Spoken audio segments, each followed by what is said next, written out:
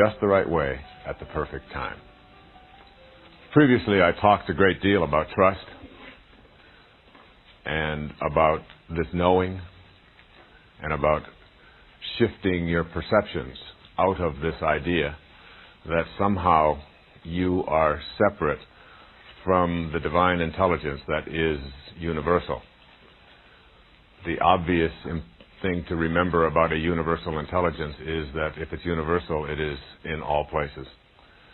Therefore, it is in all that you want and all that you are. And so manifesting is the ability to realign your intention with that divine intelligence and know that it will show up. But one of the things that we have a tendency to do as individuals is to become impatient. Our ego says to us, I want what I want, and I want it now.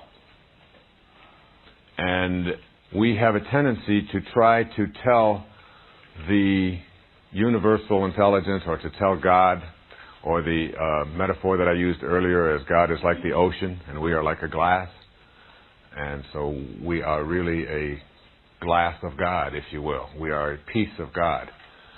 But when you separate yourself, one little drop of water separated from the ocean alone literally can't make anything happen, is very weak and so on. And it is only when you unite yourself with that ocean, when that drop of water becomes united with the ocean, it can do anything. It is part of the universal. When you unite yourself with this divine intelligence instead of separating yourself from it, then you know that this ocean will provide. It will provide for you in precisely the right way that it is supposed to, and in exactly the right time. There's a wonderful poet that I have quoted in this program several times, and I want to quote him again. His name is Rumi. Well, Rumi wrote back in the early part of the 13th century. His poetry is still quoted today, and it's something that I would recommend you look at. Jalaluddin Rumi. And he had a poem that is called The Servant Who Loved His Prayers. And I'd like to share that with you as I talk about this idea of detaching from the outcome and letting go of your need to make something happen as you demand it to happen. It's called The Servant Who Loved His Prayers. At dawn, a certain rich man wanted to go to the steam bath. He woke his servant, Sunkwar. Ho, get moving, get the basin and the towels and the clay for washing, and let's go to the bath. Sunkwar immediately collected what was needed, and they set out side by side along the road. As they passed the mosque, the call to prayer sounded. Sunkwar loved his 5 times prayer.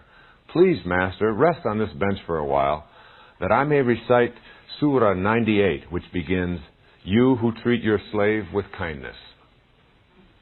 The Master sat on the bench outside, while Sunkwar went in. When prayers were over and the priest and all the worshippers had left, still Sunkwar remained inside. The Master waited and waited.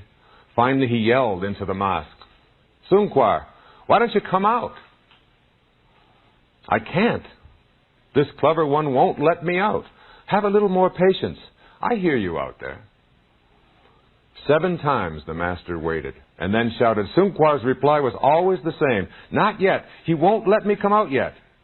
But there's no one in there but you. Everyone else has left. Who makes you sit still so long? The one who keeps me in here is the one who keeps you out there. The same who will not let you in will not let me out. The ocean will not allow its fish out of itself, nor does it let land animals in where the subtle and delicate fish move. The land creatures lumber along on the ground. No cleverness can change this. There's only one opener for the lock of these matters. Forget your figuring. Forget yourself. Listen to your friend. When you become totally obedient to that one, you'll be free. Rumi. And this idea of knowing that that divine intelligence will work in exactly the order and the preference and the time that it is supposed to. In the Course in Miracles, there's this often quoted passage that says, infinite patience produces immediate results. And it sounds like it's a contradiction, doesn't it? It sounds like a paradox. If I'm patient, infinitely patient, then I will have to wait a very long time. You know, I talked earlier about these tomato seeds that we used to plant, and how the essence of tomato-ness was in every aspect of that tomato, and yet that very essence was something that isn't in the physical world at all. The cause of tomato, as we discover and we look at those seeds and we look at the dust that's in the seeds, and then we try to find out what's in the dust, and ultimately we find out that there's just an energy in there. There's just a wave. There's something that's invisible to the naked eye. There's something that doesn't even exist in a physical world. There are no particles at all. You see, when you're a child, you think like a child, as it says in Corinthians 13. And I can remember as a child when those tomato shoots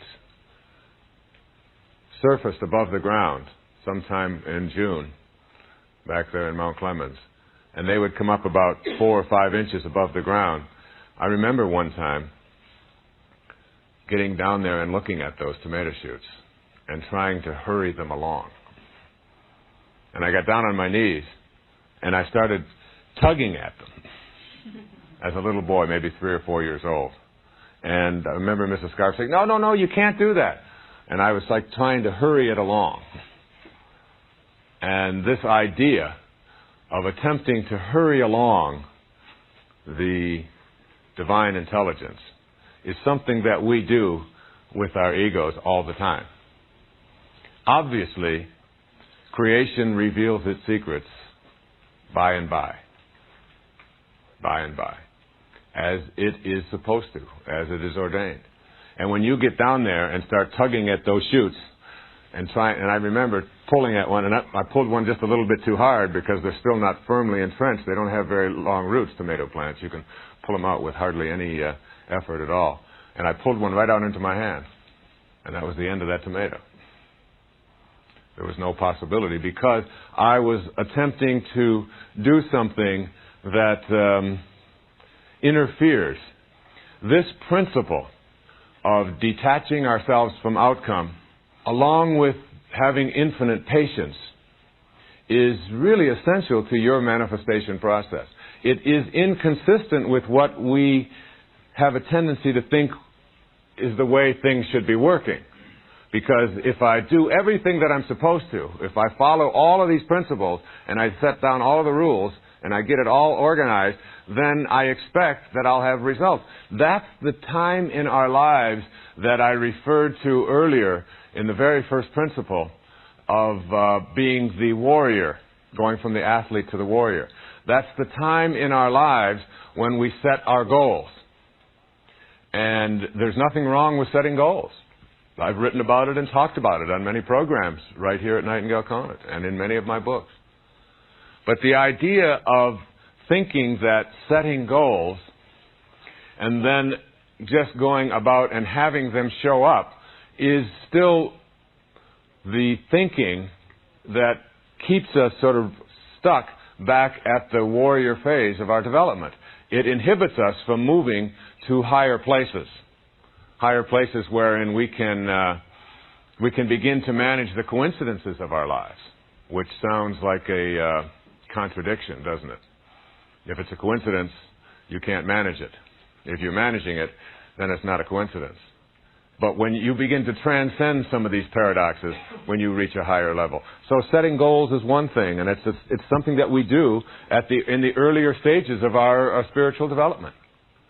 And we continue to do it. And these stages that I talked about earlier are not things that we go into and then never go back to. We go back, we come out of it, we go back. We're always moving in and out of these stages. The question is, what is my primary emphasis? is my primary emphasis not only on setting goals, but in falling in love with those goals, and then insisting that those goals show up when I want them to show up. That is inconsistent with manifestation and with spirituality and higher consciousness. What you have to do is have your goals, which is what a tomato seed is. It's really a goal for tomatoes. But you have to then relax and turn your thoughts and your ideas and your consciousness and your awareness to your own purpose and know in your heart that it will manifest. You see, the key to relaxing about what it is that you would like to see manifested is the certainty of the outcome. If you have a certainty, as it says in the Course in Miracles, if you have a certainty of the outcome, patience is easy.